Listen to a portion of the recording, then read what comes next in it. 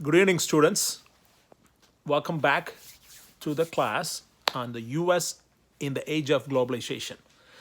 So, last time you learned about Cold War spying, especially using U-2 spy planes, right? And you also saw how spies were exchanged from Soviet Union to the US, and the US in exchange got the spies captured by the Soviets, like Gary Powers, right? The U 2 spy plane pilot who was captured by the Soviets. So the spies were the main way the both sides got their intelligence. Intelligence, that means information, important to fight this war, this Cold War between these two heavy powers, the communist and the capitalist America, the authoritarian and the democratic. So when people say communist and capitalistic, that's talking about economic model, right? And then authoritarian, that's political, right? Power is consolidated by few, not by the consent of the people, by the Soviet Union. Whereas here, government is run by the consent of the people in a democracy. So these two sides clashed, and they had spies to get intelligence. These are called, write it down, human intelligence. Human intelligence is, they in short form they call it int, okay? And using satellites to capture is called SIG-int. That means signal intelligence. Human intelligence is the spies directly go on the ground, work, drop off. You saw in the movie they drop off. So they will go and collect data. You know, there was a guy, very famous guy. You could go to DC and look at the spy museums, and they're called like Cold War Spy Museum. Penchovsky, this guy, American spy in Russia, who would use cameras in pen and take photos. You know how many photos they take? Like few pages. And that's a big freaking deal at the time. Now you, with your iPhone, you could take thousands, if not tens of thousands of pictures and bring it back. But at the time, the technology was not so advanced. In fact, let me put it to you in context. The computer processing ability you have in your iPhone right now is much bigger than what the United States government had in their during Vietnam War. That's during Cold War, right? In the 1960s and 70s. That's how much technology has advanced. So they were using this kind of cameras and collecting this information and human intelligence. Now, internet has come, so they don't need, doesn't mean you don't completely need human intelligence, but you could do better by just sitting in your country and cracking the computer systems of your enemy's computer and collecting all those information. So we will be talking about cyber spying and cyber war in the last, not next week, week after that. That'll be the last lecture for the semester. And yes, surprise, right? Like only 3 more, including this, to end the semester. But this week, we're going to be focusing on the spies, the little beginning, because last class you learned a lot about the spies. This class, this lecture especially will be about proxy wars. Proxy wars.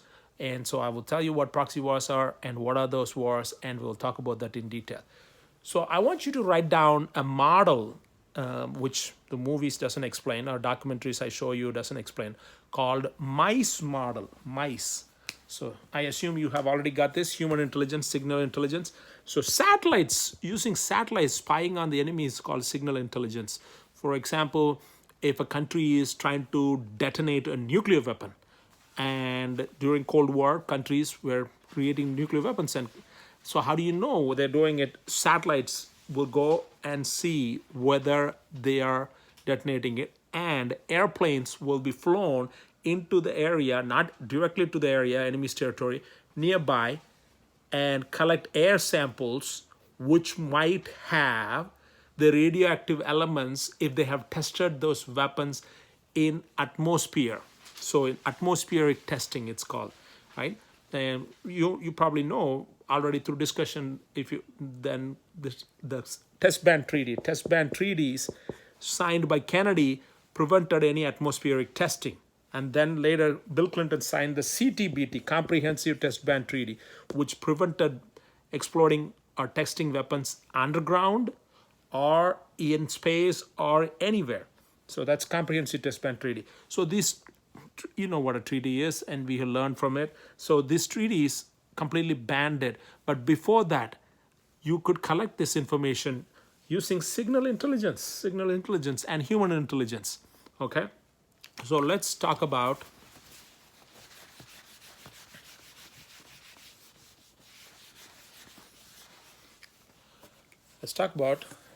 the mice model I asked you to write down. Mice, MIC. What is this model for?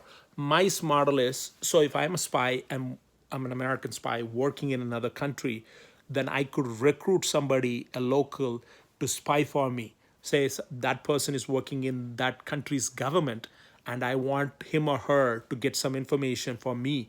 So how do I recruit them? So the MICE model is used famously by CIA. It's a short acronym. M is money, I is ideology. Ideology is, I'll explain. Money, you know what money is. Ideology. C is coercion.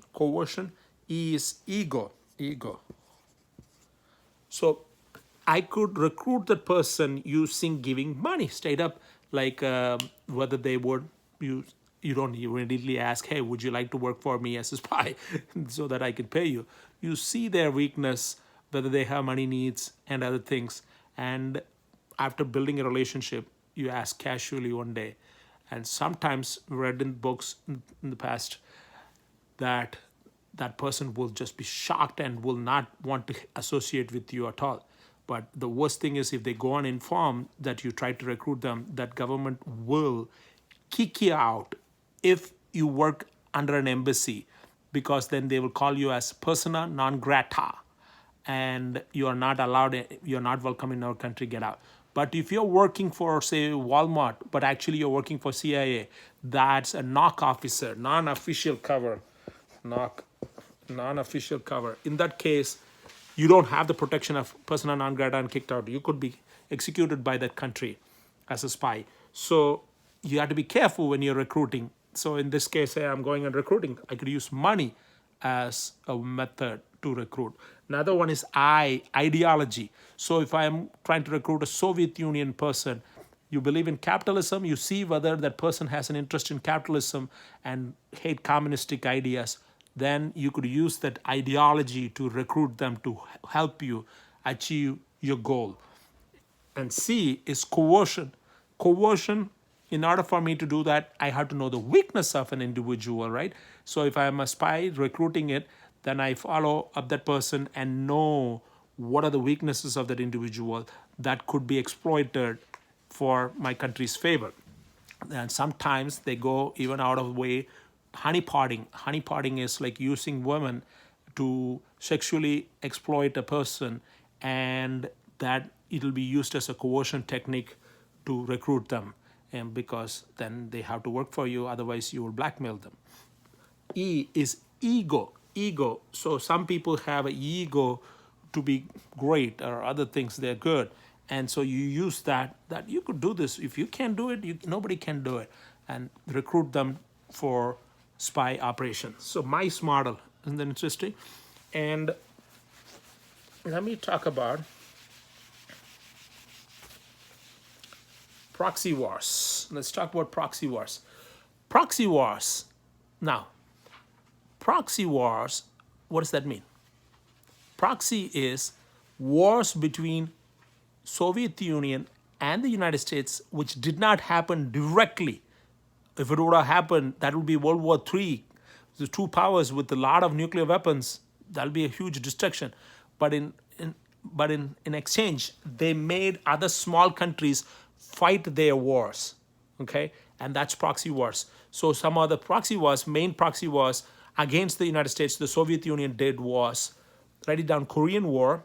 We're going to talk about Korean War. I think I have already discussed a little bit about Korean War in class before, right? And now still Korean War. And the second is Vietnam War. Okay? And third one is Cuban Missile Crisis. So we'll have an idea of each of this, and then we'll talk about Americas turned the table and waged a proxy war against the Soviet Union. So the first is Korean War. This, write it down, happened from June 25th, 1950 to 1953. Okay, this is 5 years after World War II is over. And as you know, the North Korean dictator invaded the South Korea. Invaded the South Korea. Why is the Korea separate? Before World War II, it was occupied by the Japanese. They kept the Korean women as comfort women, as like prostitutes, and the men were exploited, as like enslaved them. Right after Japanese were defeated in World War II, the Korea was taken and divided into two halves. The top half was called North Korea, was communistic control, right? And the south part was capitalistic control under the United States. Now, the North Korea had a leader called Kim Jong-il, right? Kim Il-sung, I'm sorry. Kim Il-sung, the father. Kim Jong-il was the son, second. So now the father, so grandfather, who was the founder of North Korea, leader, and then grandfather, father, and son. Now he's sick. Okay, he is in a vegetative state, is the news coming out. So if he passes away, maybe his sister will take over power. These are 3 generations of dictatorship, right? And North Korea was actually little wealthier than the South Korea at the time. So the North Korean leader thought he could take over entire Korea and the United States won't do anything about it. Why? Because he thought, like, why would the US care about Korea? But the US did care about Korea. You know why? Because the US was afraid if you let communism take over a small amount of country, then they will start taking out other bigger countries and the entire world will be taken over by communism and they will start fighting the US. So they were afraid. And so North Korean leader did not know and didn't think the US will intervene. He went to ask for help from Chinese leader Mao Zedong, who is a communist, and from Stalin, who is also an authoritarian ruler, dictator of Russia, okay, Soviet Union. So he used his military forces and crossed the line dividing the North Korea and South Korea, came in. Some of the US forces were there. They were completely destroyed. And in the North Korean perimeter, the final perimeter, the south, the US forces are fighting to the edge. But from Japan, there's Douglas MacArthur. Douglas MacArthur, who came. Douglas MacArthur is the chief military officer who was in charge after defeating Japan. He came with his forces, and others were recommending him to put forces here to push them back. But that will be a lot of fight because there's a lot of North Koreans here. So you know what he did? He did an amphibious landing. This is ocean. Okay, this is just a peninsula, Korean peninsula. He went this way to Incheon, a place called Incheon, very close to Seoul. Seoul is the capital, you know, Seoul of South Korea, Incheon. He went and did Incheon landing, which is a brilliant move because it saved so many lives. And his plan was to land here, amphibious operation, which means water and land. Land here, come behind the enemy and hit the enemy in the back and surprise him, which is what they did. Where they went in, but it was not easy because the Seoul was taken over. Seoul was taken over by the North Korean forces. So it was street to street fighting. But when they were able to defeat the North Koreans, they pushed them back. So I said, this is the divide between North Korea and South Korea. Okay. And this Douglas MacArthur was asked by President Truman at the time to meet him and talk about this when they were pushed back. Douglas MacArthur flew to Wake Island. Truman flew almost 2/3 of the earth to meet Douglas MacArthur. He didn't want to come fly all the way to Japan, which is too much. And Douglas MacArthur should fly from Japan to meet the president because president of the United States is a higher authority. But he doesn't want to. So he flew only 1/3 of the way and president flew 2/3 of the way. And they met in a Wake Island. And Douglas MacArthur assured the President Truman that the Chinese will not come into the fight. But Truman was worried whether if Douglas MacArthur go cross this line, the Chinese will come in. The Chinese were clear that they will come in. Who did they tell to? India's ambassador. India had an ambassador in China, and that ambassador was informed clearly, if the Americans come into North Korea to fight, Chinese forces will come in to defend. And India has clearly given the message, Indian Prime Minister, to America. But that was disregarded, and they went in, these forces, and Chinese forces came in, and that's a proxy war which went on. Like they were in foxholes, they were hiding in, some of them were frozen there. I'm talking about Chinese soldiers. Many of them didn't have even proper weapons, and they came in to fight in the name of Chinese, the spirit of that they could be defeated, the Americans, despite their firepower, through manpower, because Chinese sent so many soldiers, and it was a stalemate. This war went on for almost 3 years, and stalemate means it's a draw. So it did not, both sides did not win. There were so many lives lost. Douglas MacArthur wanted to drop a nuclear bomb, and the Truman refused it. And Douglas MacArthur even asked whether he could cross the Yalu River. If you say, assume this is end of North Korea, cross this area, and he even bombed in Manchuria and other places. So Truman was worried that it is going to bring the Soviets into the war, because that area was crossing that area. This is crossing into China and Soviet Union. That will bring not only Chinese, the Soviet Union, and that will create a World War III.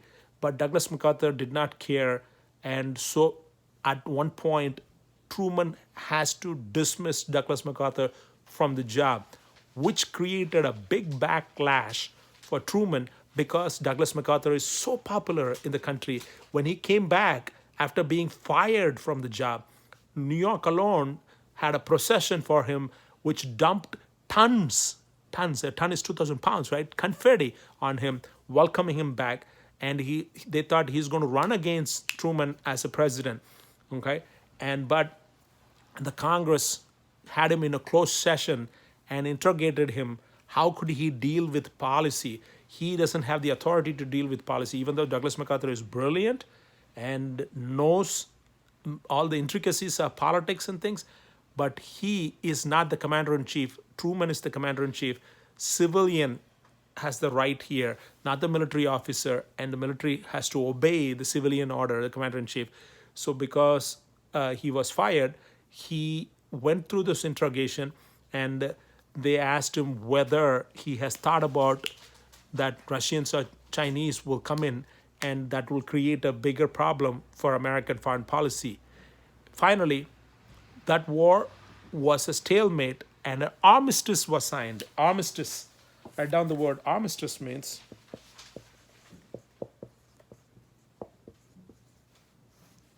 armistice. That means it's just time out. There's no treaty even now. So that war could restart any time, technically speaking. So they agreed to time out, and the forces were pulled out, American forces out of North Korea. Even now, North Korea does the propaganda of Americans. They don't even just say Americans. They add American bastards, that word, when they use it. And there are many propaganda movies of Americans killing innocent civilians and all those things. And North Korean leaders could stay in power, showing the fear of America could invade North Korea anytime. Even though North Korea invaded South Korea, but then in their propaganda, they make America has invaded them. Okay, that's a proxy war.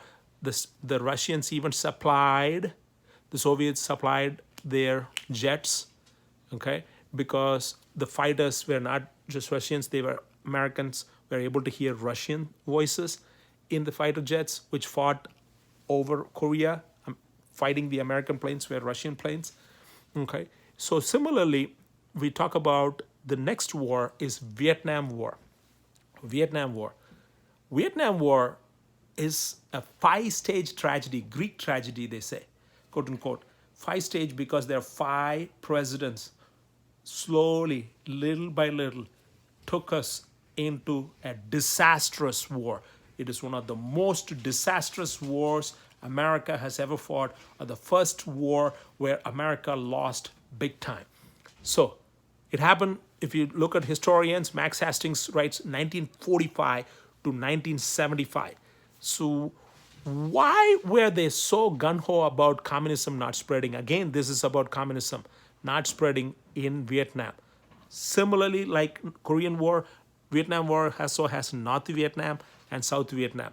Instead of 38th parallel in Vietnam, the division 30th parallel means based on latitude. You know, latitude and longitude. The Earth has latitude. 30th parallel, the Vietnam, North Vietnam, South Vietnam is divided as 17th parallel. Okay, so why is this fear? Because the China went communist based on Mao Zedong's ability to wage a good war. There was civil war inside China between capitalist and Chinese even before World War II. And they stopped temporarily when Japanese started attacking them. And then when the Japanese were defeated, they again fought. The Civil War continued right after World War II. And the communists won. America supported the capitalistic side. The capitalistic side went to the Taiwan that was called Formosa before. Taiwan. That's why Taiwan is the capitalistic country. It started as capitalistic. China become a capitalistic country after Deng Xiaoping came to power. So for a while, entirely during Mao Zedong's time, it was a communistic country, the big landmass. And Taiwan is a small island right next to communistic China, right? Now, because America lost that Chinese to communism, the political opponents of Truman, who were in power at the time, they would say, who lost China to communism? Who lost China to communism? So Truman doesn't want to lose another country to communism. Truman is a Democrat. The Republicans criticized. So then, anytime there was a communist threat, he would use his resources to oppose the communist threat. He would use power, force to oppose the communist threat. So in Vietnam, the Vietnam was colonized by the French from the 19th century. French, yeah, colonialization, the European powers went and colonized around the world, right? So they have taken over entire Vietnam. During World War II, the Japanese came and pushed out because the Japanese took over almost all the Asian regions, saying Asia is for Asians. So they pushed out the French. After the Japanese were defeated, the French tried to take over Vietnam again, and the Vietnamese fought back. The leader of them was Ho Chi Minh. Ho Chi Minh. This guy, there are biographies written on him. Uncle Minh, they call him. He was trained, educated through library education, not like he went to school. He worked as a chef in America and in France. He has seen the world. Ho Chi Minh. And Ho Chi Minh had very high hopes for America. He thought America is a very idealistic country. He looked up to America. He loved American founding fathers. Okay? And he didn't think America was interested in colonization at all. America is a different nation from these European countries which like to colonize people. Right? The French tried to colonize. And Ho Chi Minh and the men were pushing it back. And there was even a decisive battle, the Dien Bien Phu. Okay, you don't need to write it down. Dien Bien Phu. In this decisive battle, the French soldiers were defeated by the Vietnamese. The French are the ones who said, like, come on, let's see who wins. And they stood the ground and asked for the Vietnamese to come. The Vietnamese came. The Vietnamese destroyed them in the battle, and the French surrendered. And the French used America's fear of communism to get America into the war. So they told Americans, if you don't come and help us, Vietnam will become a communistic country. So American President Truman started giving resources, financial resources, military resources for France to fight against the Vietnam. Now, he was the first step, right? The next one was Eisenhower. Eisenhower also continued to commit to French occupation. Then Kennedy became president. That's the third five-stage tragedy, right? Kennedy became president. He sent advisors to the South Vietnam. Okay, the Vietnam was divided into North and South. And advisors to the South Vietnam. South Vietnam was under communist control. North Vietnam in communistic control. The North Vietnam, Ho Chi Minh, was helped by the Chinese, the communistic Chinese, and Soviet Union. They were getting weapons and all kinds of ammunition and everything to fight the war.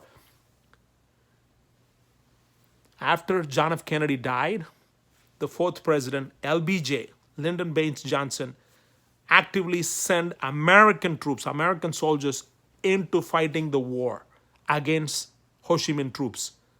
And the war went on, and it killed so many lives, American lives, hundreds of thousands of them, and blood and sweat lost. Nixon, the fifth president in the tragedy, promised when he ran for office, if you elect me, I will stop the Vietnam War.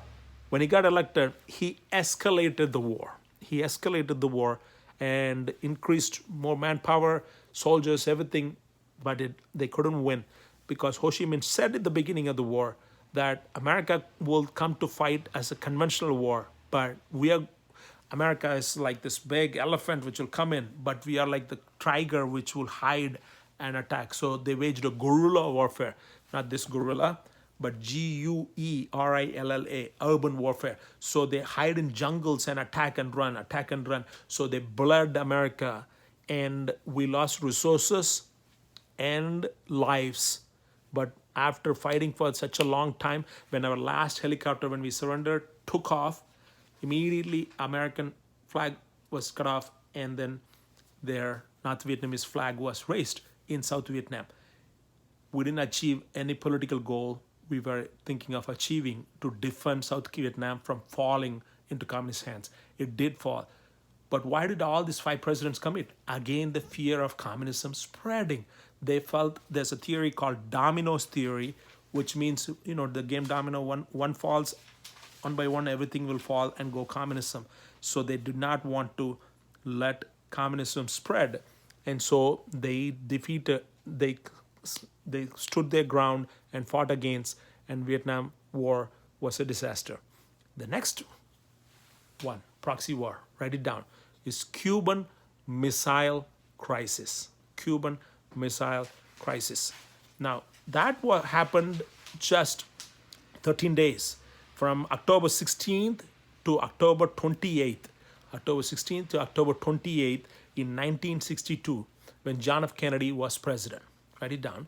John F. Kennedy was president. He was sitting in his Oval Office, John F. Kennedy, and then his National Security Advisor, Bundy, came into the Oval Office and told President Kennedy, "Sir, we found some photographs from the U-2 spy plane from the top flying that shows there are Soviet missiles with nuclear weapons in Cuba." Cuba is right below Florida, right? Very close to America's backyard. The Soviets now have nuclear missiles looking at America. How would you feel if you are the president of the United States? Kennedy was shocked, and he wanted more detailed photographs. So he asked another U-2 spy plane to fly over and take photographs. You know what happened? When the plane flew over there to take photographs, it wasn't armed. It wasn't there to drop bombs, take photographs. The Soviets shot down that spy plane and killed the pilot, and the plane's engine still in Cuba's museum. The spy plane's engine is still kept in their museum. When Kennedy was informed, he gathered the committee, the president's advisors, including Vice President, National Security Advisor, Secretary of State, all these people, and asked their opinions. They all said we should invade Cuba. We should invade and take out those nuclear weapons. If we don't do, they will think you're a pushover because they just shot down American pilot and you are not doing anything, and it'll come across so soft. So at the time, the leader in Moscow, Soviet Union, was Khrushchev. Khrushchev was a tough, big guy. He came to power, working his way through all the way, even when Stalin was there, Khrushchev, Nikita Khrushchev. And Khrushchev has actually approved to put those missiles there. Why would Cuba want to have the missiles? Why Cuba? Because Americans have many times, even during Eisenhower presidency, John F. Kennedy presidency, the CIA have many times plotted to overthrow Fidel Castro, who is communistic, right? And they wanted to overthrow him and even tried to kill him. And nothing succeeded. Many Bay of Pigs and many other operations. So he was pissed, obviously, and he got the help of the Soviet Union to put nuclear, he doesn't have the nuclear weapons and missiles, to put it in Cuba. What type of missiles? We're talking about not ICBM. ICBM is intercontinental ballistic missiles, right? These are not intercontinental ballistic missiles. These are short-range ballistic missile, SRBM. Short range ballistic spelling, you know how to spell short range, ballistic missile. Okay? And so what if they put the missile there? You might ask. Well, that means if they shoot those missiles into the US, they could take out up to Washington, D.C., all the way from Florida. All the states will be gone, evaporated. It could kill about 100 million American lives. And so Kennedy came on the air and addressed the nation that they have put nuclear missiles there and we're going to deal with it. It's a very, very high-threatening time. And you know what he did? He did not do like his advisors asked him to do. Why? You might ask. Why didn't Kennedy just take a military action and invade Cuba?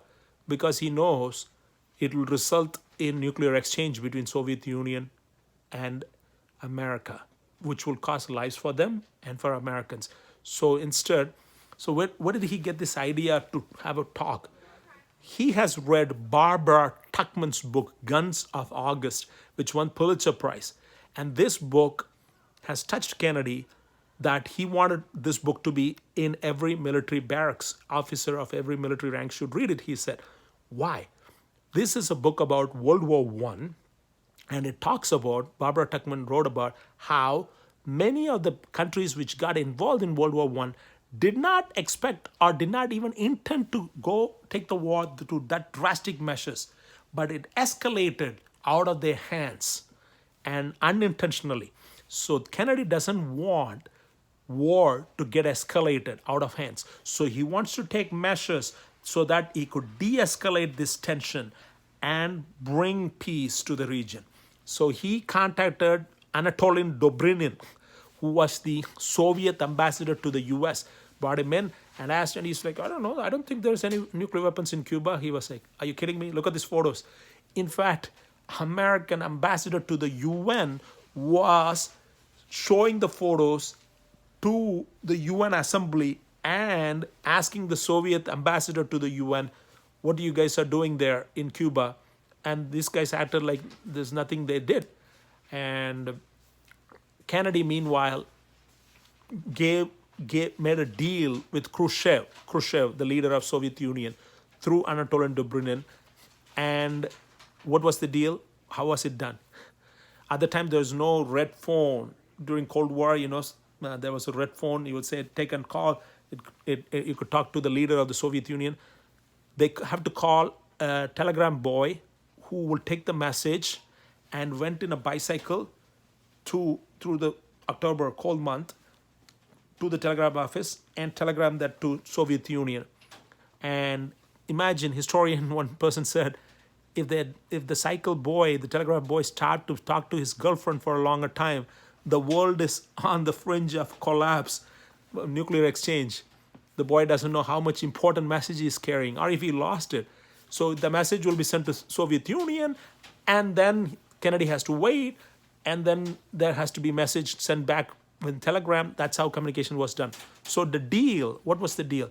Kennedy made a deal secretly that if Khrushchev removed the nuclear weapons from Cuba, America agrees to remove its nuclear weapons with the put on a missiles in Turkey. We had nuclear weapons in missiles in Turkey looking at Soviet Union, very close. So why would Kennedy didn't want that to be known to the world? Well, if the world knows it, then our NATO alliance is what? One for all for one, like Three Musketeers. We will cover your back. So you are willing to compromise Turkey or other countries' security in order to protect your country's security. That's a bad news for those countries. They would not trust America, correct? So American president did not want that to be out, and Khrushchev kept his word and slowly dismantled all the missiles and the nuclear weapons. But he asked America to never again think about invading Cuba, which is a supporter because they're communist brothers. And Kennedy agreed. And after Khrushchev removed those weapons, a little while later, Kennedy removed those nuclear missiles from Turkey in exchange. The only person in the national security meeting who asked Kennedy to not invade Cuba was his brother, about 35-year-old Attorney General RFK, Robert F. Kennedy. All the other higher military brass want Kennedy to invade. If Kennedy would have invaded, it would have ended up in disastrous results. Some of the military men were giving ideas to Kennedy. We will exchange this many. And Kennedy is like, then what? Then they will exchange this many nuclear weapons. Then what? So they were playing games to show like, well, Mr. President, if we have a couple of men and few women, American, left and we destroyed all the Soviet Union, we won the war. And Kennedy is like, are you kidding me? This is not the type of war games Kennedy wanted to play. So meanwhile, while the talk is going between Khrushchev and Kennedy, Kennedy asked there shouldn't be any further nuclear weapons coming into Cuba. So he asked to blockade Cuba. Blockade is using ships, American naval ships, to stop any ships with nuclear weapons coming into Cuba further. So whenever a ship comes from Soviet Union, they will check that. If it didn't have nuclear weapon, they will allow it to go to Cuba. Well, Soviet Union was sending them food and other things. That was okay. But if there was nuclear weapons, they were sent back. And without much provocation, Kennedy de-escalated the moment. Arthur Schlesinger, a historian, said this was the most high-tense moment in Cold War history when two countries came staring eyeball to eyeball in this game, and one country blinked and went back. That is Soviet Union gave up that, and Kennedy played his cards very well and saved a disaster. Okay, so this is the third proxy war. So next I wanted to talk about another, for a short time, another important war. It's called Afghan War. Write it down, Afghan War. This happened from 1979 to 1989, approximately 10 years. As it says, it's Afghan. The Soviet Union invaded Afghanistan and put its own communistic government in Afghanistan's capital, Kabul. And it used its aircrafts and helicopters to kill the Afghan people and push them. Many of them flee their country and cross the border. So if you look at Afghanistan, it's in border with Pakistan, right? And Pakistan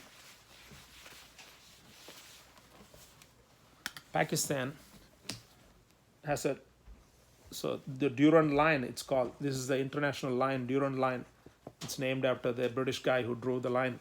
They cross here. So this region, Durand line, even though it's an international line, they don't respect it. Afghanistan and Pakistan, because there are people living here are called Pashtun people live here and here. This is Afghanistan and this is Pakistan.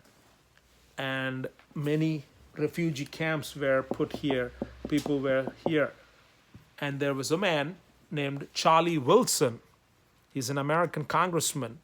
He just was reading this news and he read news about how Afghans were fighting against the Soviets using axe and stones and other things, but they were kept keeping up their fight. So he thought he will support them, and he asked CIA to send double the money. Over the phone when he inquired, they said 5 million, double it. Over course of time, the money was doubled to increased to $1 billion, and they were supplying weapons to these fighters who fought against the Soviet Union. These fighters were called Mujahideen. You probably heard of him. We'll talk about them later in another lecture when in context of Al-Qaeda. Mujahideen. I-N. Mujahideen. Mujahideen means holy warriors. These Mujahideen are men who fought against the Soviets. For almost 10 years, the war went on. Soviet Union bled. They say it's Soviet Union's Vietnam. Remember in America, when it was in Vietnam, Soviet Union and Chinese supplied the North Vietnamese and made us bleed. So we supplied the Afghans to fight against their occupiers and made them bleed. And when the 1989 came out, that was the collapse, some say, one of the reasons at least, of the Soviet Union draining its resources, life and money, and it collapsed in 1989, the fall of the Berlin Wall, right? And by 1992, Soviet Union is gone, only Russia existed. So these were pivotal moments in the fight against communism and the war of proxy wars, okay? So now I will wrap up this lecture, and next class we will be talking about the Al-Qaeda and ISIS, and then the last class lecture we'll be talking about cyber wars, because that's the future, cutting edge, and the U.S. role in the age of globalization. So before I complete this, make sure you watch this lecture, write it, and also watch the movie accompanying this, and both together you will understand better. Good luck. Thank you.